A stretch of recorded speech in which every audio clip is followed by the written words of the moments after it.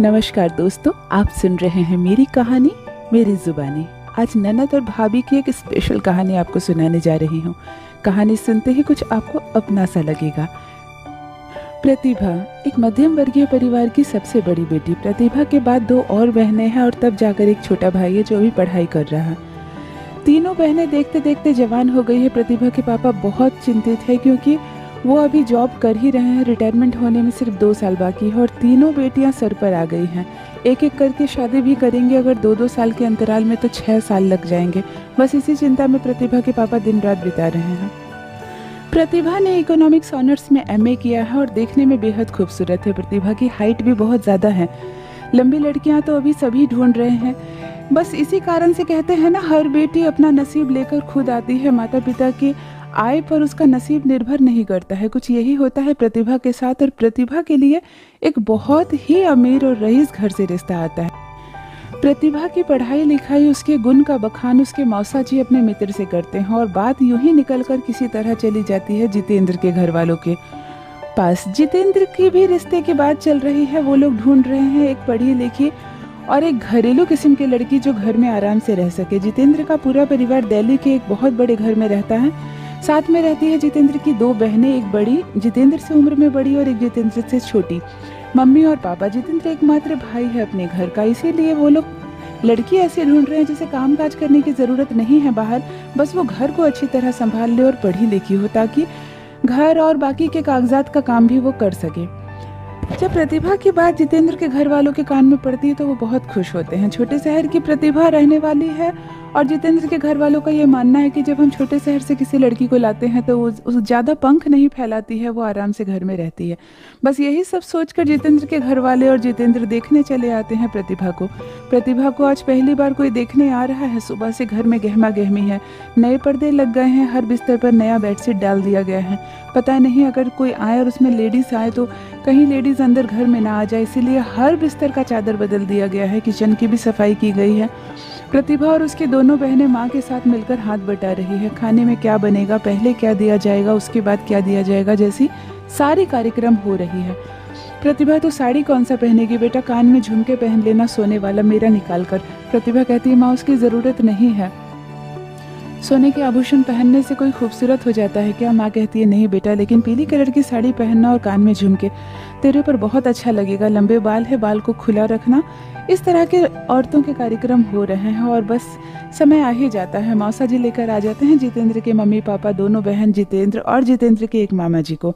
इतने लोग आते हैं। प्रतिभा के पिता हाथ जोड़कर बाहर ही खड़े हैं। बड़ी लंबी कार जब घर के बाहर रुकती है तो लोग मोहल्ले वाले भी देखने लगते हैं। प्रतिभा का नसीब कितना अच्छा है, बताओ इतने अमीर घर से रिश्ता आया है। लड़का जब कार से बाहर उतरता है तो भी लोग देखने लगते हैं, भला इतना सुंदर लड़का। हाँ, हमारी प्रतिभा भी किस बात में कम है क्या? मोहल्ला की कुछ औरतें आपस में कानाफूसी करने लगती हैं। सभी मेहमान सामने बैठते हैं। प्रतिभा की दोनों बहनें भी बहुत सुंदर सूट पहनकर तैयार है और वो आंख के सामने ही इधर उधर हो रही है। कोई नमस्ते कर रही है तो कोई पानी का गिलास दे रही है। माँ पूछ बैठती है, जितेंद्र की माँ पूछ बैठती है कि इन दोनों में से प्रतिभा कौन है? तो प्रतिभा की माँ मुस्कुराने लगती है और कहती है नहीं, ये दोनों मेरी छोटी बेटियां हैं। प्रतिभा मेरी सबसे बड़ी बेटी है, वो अभी आएगी। जितेंद्र मुस्कुरा रहा है। बाकी दोनों लड़कियां भी काफ़ी खूबसूरत हैं। जितेंद्र की माँ यही सोच रही है कि अगर बड़ी बेटी प्रतिभा हमें पसंद नहीं आएगी तो उसके बाद जो मंजू है वो भी देखने में काफ़ी खूबसूरत है। उसे ऐसा लगा कि मंजू काफ़ी सुंदर है। अगर प्रतिभा अच्छी ना हो तो मैं मंजू को पसंद कर लूँगी। तभी प्रतिभा पीली कलर की साड़ी, सोने के झुमके पहनकर हाथ में 6 कप चाय लेकर आती है। धीरे धीरे कदम बढ़ाकर प्रतिभा जैसे जैसे कमरे के नज़दीक आ रही है, दूर से ही प्रतिभा की होने वाली सास की नज़र उस पर पड़ती है। मानो एक ही क्षण में दिल जीत लेती है। बहू हो तो ऐसी। प्रतिभा की सास मन में कल्पना करने लगती है कि ये लड़की जब बहू बनकर सर पर आंचल लेकर हमारे घर में चलेगी तो कितनी सुंदर लगेगी। जितेंद्र नज़र उठाकर प्रतिभा को देखता है। प्रतिभा का व्यक्तित्व इतना आकर्षण है कि वो एक ही नज़र में सबको जच जाती है। प्रतिभा चाय का ट्रे रखती है, नमस्ते करती है और बस ये रिश्ता समझो तय हो जाता है। बहुत ही जल्दी, बिना किसी लेन देन के 2.5 महीने के अंदर प्रतिभा और जितेंद्र की शादी हो जाती है। प्रतिभा विदा होकर दिल्ली चली जाती है अपने ससुराल में। ससुराल में जाते ही प्रतिभा को बहुत कुछ समझाया जाता है। सभी जानते हैं कि मध्यम वर्गीय परिवार की है, लेकिन सास कोई भेदभाव नहीं करती है। वो ये जानती है कि प्रतिभा अब हमारे घर की बहू है, इसीलिए इसका मायका कोई मायने नहीं रखता। लेकिन जो बड़ी ननद है स्वाति, उसे बस यही लगता है कि भाभी तो एक मध्यम वर्गीय एक गरीब घर की लड़की है, इसने तो कभी महंगे कपड़े देखे भी नहीं होंगे। प्रतिभा बहुत सारी साड़ियाँ लेकर आई है, इसीलिए वो जितेंद्र से कहती है कि थोड़ा मार्केट चलिए मेरे साथ, मैं कुछ सलवार सूट और नाइटी खरीदना चाहती हूँ, घर में मुझे कंफर्टेबल लगेगा, गर्मी भी बहुत ज़्यादा है और मैं साड़ी पहनकर नहीं रह सकती हूँ। सासू माँ ने भी कहा है कि तुम जो पहनना चाहो पहन सकती हो, सूट या नाइटी।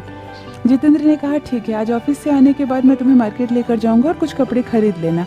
बड़ी ननद स्वाति के कान में ये बात पड़ती है। वो सोचती है कि मेरे पास तो कितने सारे मेरे पुराने सूट हैं जिसे मैंने बहुत कम पहना है, किसी को 2 बार, किसी को 4 बार, किसी को 2 साल से रखा हुआ एक बार भी नहीं निकाल कर पहन पाई हूँ। क्यों ना मैं ये सारे पुराने कपड़े उठाकर भाभी को दे दूँ। मेरे पास पुराने कपड़े अभी जिस स्थिति में है, भाभी के पास तो कोई नए कपड़े भी नहीं हैं, सारे महंगे महंगे सूट हैं मेरे। उसने अपनी माँ से कहा कि माँ मैं अपने पुराने सारे कपड़े भाभी को निकाल कर दे रही हूँ, भैया जो नए कपड़े खरीद दे रहे हैं वो भाभी को नहीं मुझे ही खरीद दे, क्योंकि भाभी भी क्या करेगी, उसे बाहर तो जाना है नहीं और इतने महंगे महंगे सूट तो उसने कभी देखा भी नहीं होगा। वो अपना अलमारी खाली करती है और 8-9 जोड़े पुराने सूट निकाल कर रखती है। कुछ सूट तो स्वाति दीदी को अब अटते भी नहीं है, क्योंकि वो जब दुबली पतली सी थी तब से लिया था उसने, और नया कहकर वो साल साल भर अलमीरे में रह गया और स्वाति दीदी अब थोड़ी सी हल्दी हो गई है। इस वजह से भी वो सारे कपड़े निकाल कर प्रतिभा के पास लेकर जाती हैं। कहती है भाभी ये सारे पुराने कपड़े अब तुम ले लो, तुम्हें ये आ भी जाएंगे, अच्छे से फिट भी हो जाएंगे और सब बहुत अच्छे हैं और महंगे महंगे सूट हैं, तुम्हारे पास तो ऐसा एक भी सूट नहीं होगा। प्रतिभा मुस्कुराती है और कहती है दीदी मुझे इसकी ज़रूरत नहीं है, आप इसे रखिए या किसी ज़रूरतमंद को दे दीजिएगा। स्वाति कहती है कैसी बातें कर रही हूँ, इतने पैसे लगाकर मैंने महंगे महंगे सूट खरीदे हैं, आखिर तुम्हें घर में ही तो पहनना है, तुम ये सब पहन लो। तभी वहाँ सासू माँ आती है, कहती है क्या बात हो रही है ननद भाभी में।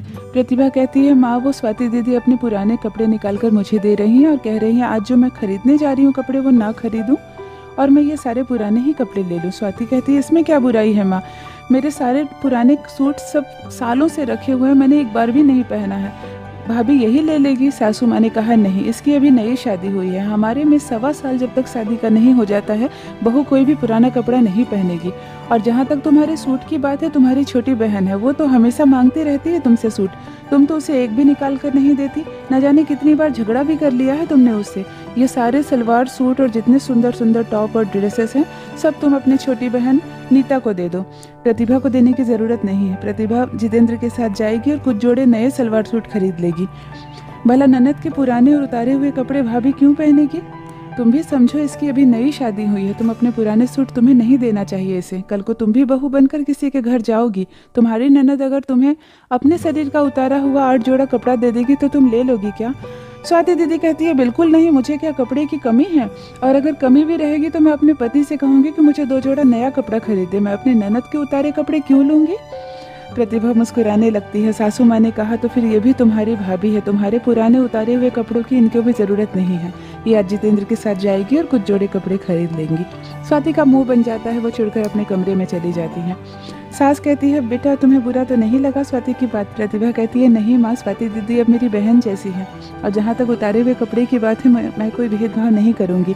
अगर शादी के 1.25 साल तक पुराने कपड़े नहीं पहनते तो मैं नहीं पहनूंगी, लेकिन उसके बाद मैं दीदी के कुछ कपड़े ज़रूर ले लूँगी और मुझे कोई ऐतराज़ नहीं पहनने की।